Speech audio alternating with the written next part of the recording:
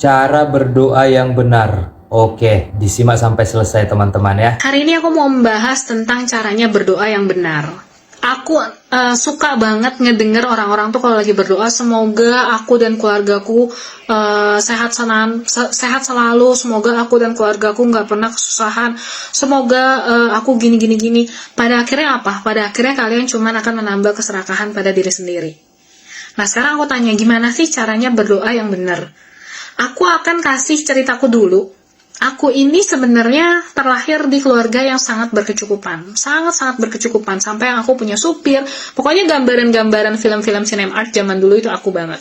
Tapi sayangnya di tengah jalan papaku itu bangkrut. Jadi ketika bangkrut ini, semua mobil dijual dan kita saat itu aku harus menjual sepeda roda 4ku satu-satunya seharga 20.000 buat kami makan pada hari itu. Sehingga aku pernah banget makan telur satu itu berempat. Jadi dan aku setiap hari harus ngeliatin papaku ngebuka dompet, dia cuman bilang gue juga mau nangis, bilang ke mamiku gitu ya, gue juga mau nangis, di dompet gue cuma ada duit 2.000. Terus mamiku yang kayak ya gue juga nggak punya duit bla bla bla. Dan setiap hari, setiap minggu, aku ingat banget setiap hari Senin itu aku harus ngeliatin, aku akan ngerasa happy banget ketika papiku pulang, dia bawa segepok uang ratusan ribu dan itu hasil minjem. Jadi seenggaknya saat itu kita bisa beli beras. Dan kalau kalian bayangin rumah kita reot, itu enggak. Jadi rumah kita mewah banget saat itu. Bener-bener mewah, mungkin kalau yang sekarang kayak 10M. Dan itu kayak yang gak ada yang tahu, nobody knows kalau misalnya kita tuh di dalamnya lagi kesusahan secara ekonomi gitu. Nah, bertumbuh dari situ sampai aku SMA, aku belajar kalau misalnya ternyata dengan uang itu kita bisa membahagiakan orang lain. Skip aku jadi sesat segala macam demi uang, sampai suatu ketika aku merasa bahwa sekaya apapun kita itu nggak akan pernah cukup. Aku dulu sempat ikut jadi agen asuransi dan mereka tuh kayak yang membanggakan penghasilan ratusan juta. Tapi setelah aku pikirkan, ketika lu penghasilannya 100 juta, itu akan wow di awalnya. Tapi setelah lihat orang yang 500 juta, itu cuma begini aja gitu. Dari situ, aku tumbuh kesadaran bahwa ternyata kita tuh nggak perlu jadi kaya. Happiness adalah sebuah state of mind. Aku ngelihat banyak banget orang-orang yang miskin, susah, tapi hidupnya sangat bahagia. Dan aku ngelihat banget saat itu bosku tempat aku bekerja, dia stres. Dia kayak merasa selalu depresi, selalu bermasalah, padahal uangnya banyak, Alphardnya 3. Penghasilannya sebulan mungkin eman, tapi nggak bahagia juga. Nah, dari situlah aku belajar tentang caranya berdoa menjadi lebih baik. Pertama gini, aku berdoa bukan untuk diriku sendiri. Hal ini pertama kali muncul ketika aku melihat seorang nenek-nenek lagi sembahyang di Buntekbyo, dia lagi nangis-nangis. Dan saat itu aku juga lagi punya masalah, tapi aku pikir masalahku mungkin tidak sebesar dia, karena aku nggak sampai seperti itu. Dan pertama yang aku doakan adalah, semoga apapun yang doakan oleh nenek ini bisa terkabul, bagaimanapun caranya. Aku limpahkan seluruh jasa dan kebajikan yang aku perbuat hari ini untuk beliau. Dan dari situ tiba-tiba hatiku ngerasa, oh, happy banget, oh ternyata gini. Lalu setelah itu, aku mulai berdoa dengan cara yang aneh. Anehnya seperti apa?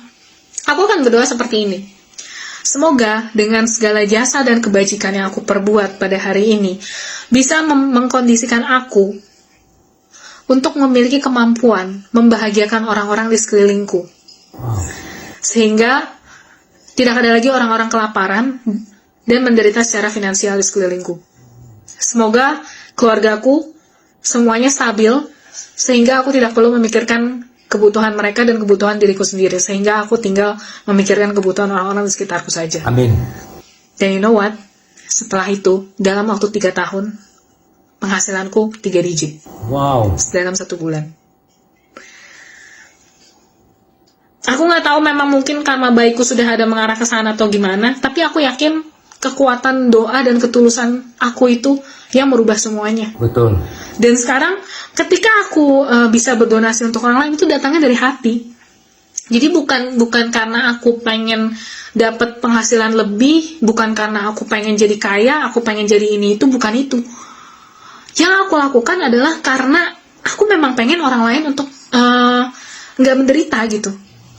Karena aku inget banget zaman dulu ketika aku lagi susah, orang tua aku lagi susah, aku nggak punya tas baru, ada orang yang kasih aku tas, aku seneng banget. Setelah itu ya apa? Aku pengen membelikan tas buat orang lain karena aku tahu rasanya itu senang seperti itu. Ternyata doa itu, kalaupun misalnya maksudnya doa nggak segitunya langsung terkabul, tapi doa itu memunculkan sesuatu dalam hati kalian. Aku percaya bahwa doa bukan satu-satunya cara kalian untuk terlahir dalam bahagia atau untuk masuk surga. Tapi doa fungsinya adalah untuk mengingatkan diri kalian untuk menjadi orang baik. Dan kalau misalnya kalian bisa selalu ingat untuk jadi orang baik tanpa berdoa, boleh nggak? Boleh-boleh aja sih. Banyak kok orang yang jarang berdoa tapi hatinya baik. Tapi masalahnya bisa nggak kalian dalam 365 hari, dalam setiap 24 jam, kalian punya kebaikan dalam hati itu tanpa kalian cas sama sekali, tanpa kalian berdoa sama sekali? Bisa nggak? Ini terkhususkan untuk orang-orang Buddhis yang mungkin sering banget mikir, gue nggak usah lah berdoa, kan yang penting gue berbuat kebajikan. Nggak bisa.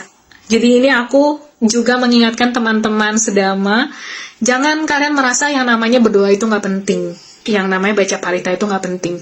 Itu sangat penting, dan itu fungsinya adalah mengingatkan kalian untuk menjadi orang baik yang senantiasa berbuat kebajikan. Itu aja dari aku. Kalau kalian punya cara berdoa yang benar-benar lebih bermanfaat lagi, boleh share di kolom komen. Oke, terima kasih buat teman-teman semua yang sudah menyimak sampai selesai teman-teman ya. Semoga semua doa-doanya teman-teman selama ini dikabulkan oleh Tuhan Yang Maha Esa teman-teman ya. Oke teman-teman, semoga dilancarkan segala usaha, urusan, dan rezekinya teman-teman. Salam sehat, salam sukses, dan salam damai sejahtera buat kita semuanya teman-teman. Dan jangan lupa, tetaplah berbuat baik teman-teman ya. Oke teman-teman, terima kasih teman-teman. Terima kasih.